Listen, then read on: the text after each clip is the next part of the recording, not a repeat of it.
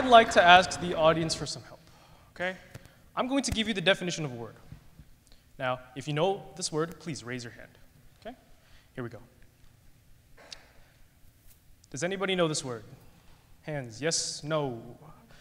Well, it's a word that we see often in the media, whether we're talking about science, technology, art, design, music, and more. Now,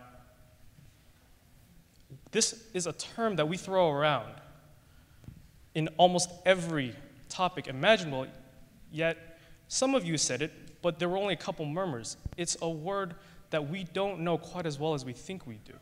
And this word is innovate. To make changes in something established, especially by introducing new methods, ideas, products. But you hear this all the time. This company innovates on biotechnology. His innovative music style, her innovative computer algorithms, your innovations, my innovations. Well, we're looking to hire innovators to innovate innovative innovations. Ugh.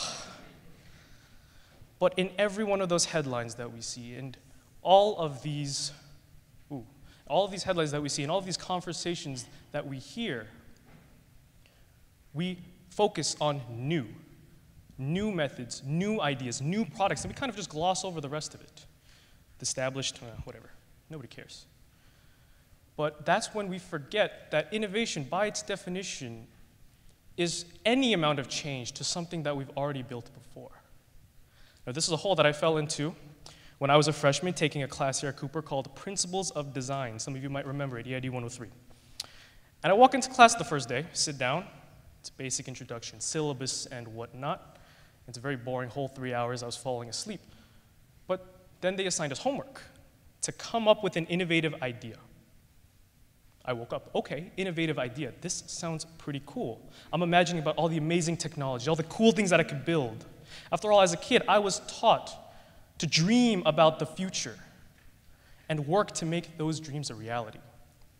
And to a kid, what's more cool and amazing than space, the final frontier, to boldly go where no one has gone before? Many of you probably heard it from Star Trek.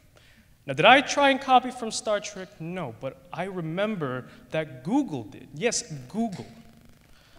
Lieutenant Commander George LaForge. Many of you might not know him, and even if you don't, that's okay, because you've probably seen his iconic visor. That became the inspiration for Google Glass. Now, somebody in Google was inspired by this idea. They thought, this might be worth pursuing. They drew a couple of drawings depicting it, gave it to the engineering team, and the engineering team said, this is awesome, let's build it. They took a random idea, a whim inspired by a fictional series, and said, let's make it work. So now back to me, I'm thinking, wow, okay, I heard the prompt, I'm going to make this work. This is going to be great. I'm going to come up with this awesome invention. And I thought about it, and I had this great idea. Oh, we're going to use a bunch of robots. It's going to move around. We're going to talk to them. They're going to talk to us. They're going to respond to our voices. They're going to do all these tasks. I was going to revolutionize the way we do laundry. Yeah, this was awesome. So I called up my parents that night. I told them, Mom, Dad, I have this genius idea. This is going to be great. I told them, and they kind of just laughed at me. They said, really? Are you serious? Try again. It's not even been a year and you're already going insane. So then I thought to myself, what was going on? Why? Was my invention bad? Was it not innovative enough? Was I not doing enough? Was it not big of an impact? What I didn't realize at the time was that my idea was innovative, sure, but it wasn't possible for me to make it. I was so engrossed with trying to be like Google, trying to create this huge change, this revolutionary idea, that I completely neglected all of the fine details, the engineering that was needed. I had the mindset that I needed something grand, something amazing, because a small change just wasn't going to be good enough to wow others. Now, that was 2 years ago. 2 weeks ago, I had the pleasure of watching a series of presentations by this year's Principle of Design class. Now, their prompt at this time was to try and solve a problem within the school. They could define any problem, they can create any solution.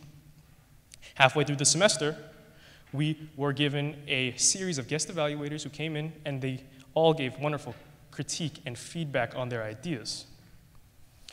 But what was a critique that I heard again and again and again? Is this really the best way to do it? Because when we're talking about restructuring the entire school curriculum, renovating a building, 100 people, mega projects, we're talking about solutions at a scale that directly affects every single member of this community. And when I approached them afterwards, and I said, it's an interesting idea, I like it, but it sounds like a logistical nightmare. Why do you think this was the best way you could do it? I heard the same words that I told myself 2 years ago, that we didn't think a small change was going to do it. Now, both these students and my past self thought the same thing, that we needed some never-before-seen revolutionary concept, or else it wouldn't work. It wouldn't grab at people's attention. It wouldn't be worth pursuing. Because when we create simple designs and simple solutions, we'll hear, are you serious? You barely changed it at all. Or you just took two things and taped it together. That's not innovation. What is that?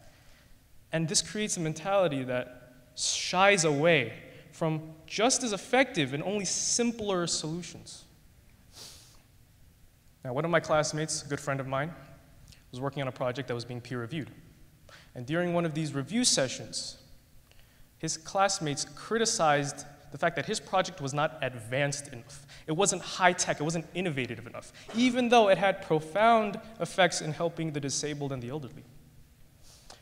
His peers focused more on how complex his solution was rather than its results and its impact. Now, these students, upperclassmen with more experience than I have, fell into this trap, into this hole, this notion that innovation somehow comes from only the most complex of solutions. And after years and years of learning and thinking that the interesting ideas are the ones that are complex, the ones we think about, and we have to go home and sit on it and get that eureka moment. We drive home the idea that being sophisticated must be good, because being simple is just boring. But that's also when we start calling ideas innovative, not because their solutions are good, but just because their designs are overbearingly complex. We failed to recognize that great innovation can come from the smallest of changes to the simplest of designs. So now we take this invention, for example. This is called the Dusty Brush. It's a European Kickstarter. And what it is it's a vacuum head that sucks in dirt, particles, grime, whatever. But it doesn't suck in your belongings, your rings, your jewelry, the small things. And I took a look at it, and I saw, well, okay, it's kind of simple. It's not that amazing. What's up with it?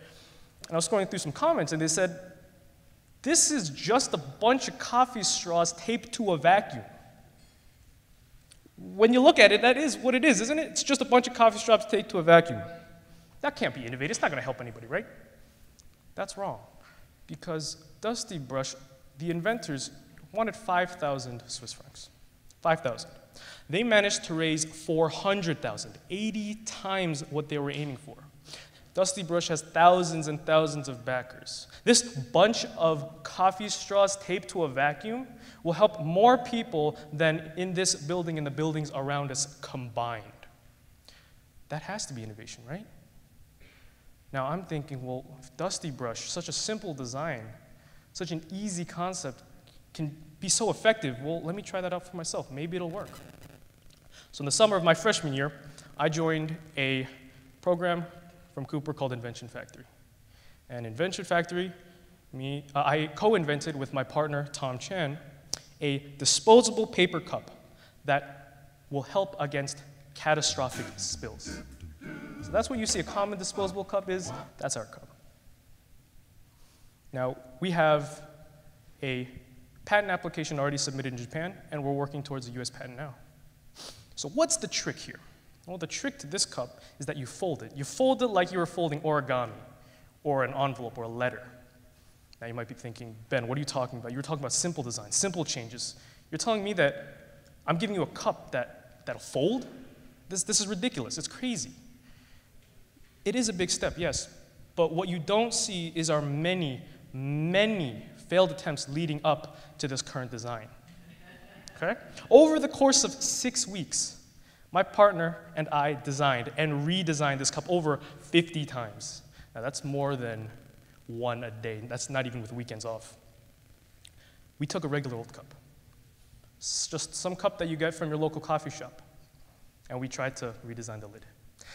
And it wasn't really any good, so we tried it again, and again, and again, and again, and again, until we said, this is it, this is the last design because this idea sucks. I don't want to do this anymore. This isn't going to work. This lid is just not staying into the cup. The lid isn't staying onto the cup. The lid isn't staying onto the cup. So what if we made the lid part of the cup? That took me a lot more tries than I like to admit for us to figure that out. But once we did, it was back to trial and error, again and again, building up these small changes one by one. We got feedback every single day. Oh, you didn't like how it was square? Don't worry, we'll make it round. You didn't like how it was a white color? That's fine, we'll make it brown. You don't like how it folds, it's too difficult, we'll just make it simpler. That's fine. Every next prototype that we created was just slightly different, a small innovation from the last. But these changes accumulate, they build, they stack and stack and stack until we look back and see how far we are from when we first began. What we did in designing this cup was a process that everyone knows, but really not enough people follow, and that's iteration, small changes, step by step leading into something so much more. Because being innovative is to make changes in something established. We don't need to jump off the deep end, go crazy, come up with these amazing ideas when we can just as well work with things that are established, that we already know. Because we as people build slowly and we grow, building off of what we knew the day before. Now, I want you to all to think about innovation, each innovation that you see, as a gift to the world, our contribution to this greater whole.